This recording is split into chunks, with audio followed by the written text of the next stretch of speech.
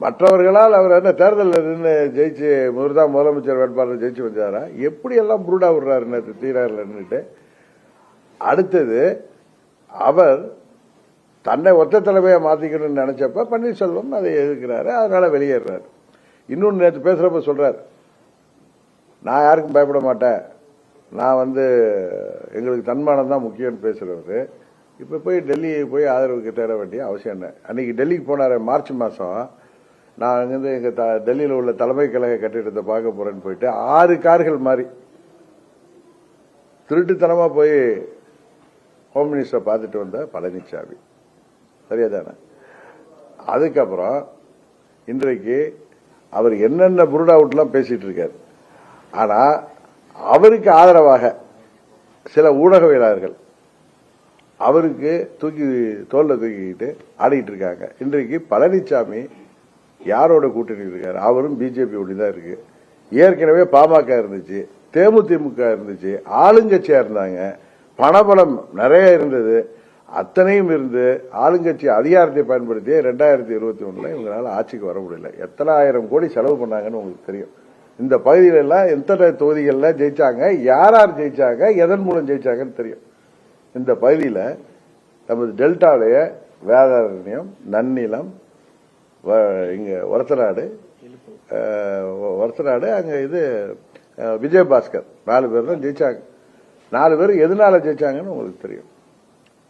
அதுபோல அவங்க இந்த தென்மண்டலத்தில் ஜெயிச்சு கொங்கு மண்டலத்தில் இவர்களை ஏமாந்து மக்கள் வாக்களித்தவர்கள் பாராளுமன்றத்தில் என்ன பண்ணாங்கன்னு தெரியும். பழனிசாமி யாரையும் ஏமாற்ற முடியாது. அவருக்கு காவடி தூக்கும் சில ஊடகவியலாளர்கள் யோசிக்கணும். நீங்க வேணா அவருக்கு காவடி தூக்குங்க, அதுக்காக அடுத்தவங்க மேல நீங்க பழனிசாமி பெரிய காந்தியோட பேரம் மாதிரி நீங்க பேசிட்டு மற்றவர்களை தாக்கி பேசுறோம். உங்களை நாங்க தாக்க ஆரம்பிச்சோம்னா நீங்க முக்காடு போட்டுட்டு வெளியில வர முடியாது. அதுதான் உண்மை. சில பேரை நான் சொல்றேன், ஊடகத்தில் தன்னிட்ட யூடியூப் இருக்குன்னு சொல்லிட்டு எதை வேணாலும் பேசுறது. இவர் ஏப்ரல் 12 வெளில போயிருக்கலாமேன்னு சொல்றது. நாங்க என்னைக்கு போகணுமோ எங்களுக்கு சில விஷயங்கள் சொல்லப்பட்டது. எங்கள் நலம் விரும்பிகள் நீங்கள் விரும்புகின்ற முதலமைச்சர் வேட்பாளர் வருவதற்கான வாய்ப்பு இருக்கு. அப்புறம் இன்னொன்னு சொல்றாரு, பாஜகவுக்கு நன்றியா இருப்பேன்னு சொல்லிட்டு திரு செங்கோட்டையன் அவர்களை மறைமுகமாக குற்றம் சாட்டுகின்ற விதமாக சில கைக்கூலிகள் செயல்படுகிறார்கள் சொல்றாரு. யாரு இப்ப செங்கோட்டையன் யாரோட கைக்கூலின்னு சொல்றாரு? டிடிவி தினகரனோட கைக்கூலியா இல்ல ஓபிஎஸ் ஓட கைக்கூலியா? அவர் யாரை அடிக்கடி போய் சந்திக்கிறாரு, எங்க போய் சந்திக்கிறாரு? கரெக்டா? அதனால பழனிசாமி முன்னுக்கு பின் முரணாக பேசுவது, அவர் தோல்வி பயத்தில் உளர்வது தெரிகிறது.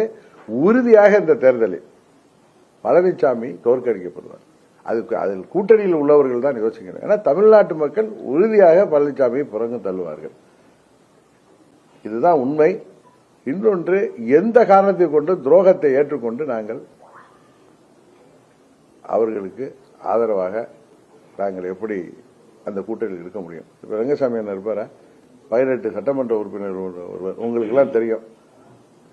அவர் என்ன காரணத்துக்காக வெளியேறினார், எதனால இன்னும் தெரியும். இன்னைக்கு எவ்வளவு ஸ்ட்ராங்கா அவர் தன்னுடைய அரசியல் பயணத்தை தொடங்குகிறார் என்பது தெரியும். அதனால பழனிசாமி போன்றவர்கள் பிதற்றுவதெல்லாம் பெருசா எடுத்துட்டு கேட்க வேணாம்.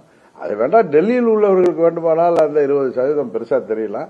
அந்த 20% இந்த முறை 10% கீழே குறைய போகிறது என்பதுதான் உண்மை. இரட்டைலை வைத்துக் கொண்டு, பணபலத்தை வைத்துக் கொண்டு அவர் இன்றைக்கு 21 தேர்தலிலே அந்த அளவுக்கு அவரால் பெற முடிந்தது. இந்த தேர்தலில் அதுவும் முடியாது என்பதுதான் உண்மை. அது இன்றைக்கு தமிழ்நாட்டு மக்கள் பலர், அவர் சொன்னார் பிரம்மாண்டமான கட்சி வரப்போகுதுன்னு. ஒரு சமயம் நினைச்சிட்டு இருந்தார், ராஜபக்ச இருக்காருல்ல, அவருடைய கட்சி இங்க ஆரம்பிக்கலாம், இல்லாட்டி இப்ப சிலோன்ல வந்திருக்க கட்சி அது வேணா கூட்டணி வைக்கலாம், வேற யாரும் வரமாட்டாங்க தெரியும் உங்களுக்கு. 4 கூட்டணிகள் அமைன்னு அதான் சொன்னேன். திமுக தலைமையில் கூட்டணி, இந்திய கூட்டணி, விஜய் தலைமையில் ஒரு கூட்டணி, நாம் தமிழர் கட்சி முன்னெல்லாம் தனியாக நிற்பார். அவரும் இந்த முறை கூட்டணிக்கான மனநிலை இருக்காருன்னு எனக்கு தெரியும். அதனால 4 கூட்டணி வரும். அதனால பழனிசாமி இந்த முறை படுபாதை தள்ளப்படுவார். அங்கு உள்ளவர்கள் இன்னும் டெல்லியில உள்ளவங்க டிடிவியை சரி பண்ணிடுவாங்க, அவர் நம்ம கூட வந்துடுவாரு அப்படின்னு அவங்க பகல் கனவு கண்டால், உண்மையிலேயே இந்த முறை அவர்கள் சாரி, நீங்கள் தோற்றால் அதற்கு நாங்கள் காரணம் அல்ல. அம்மா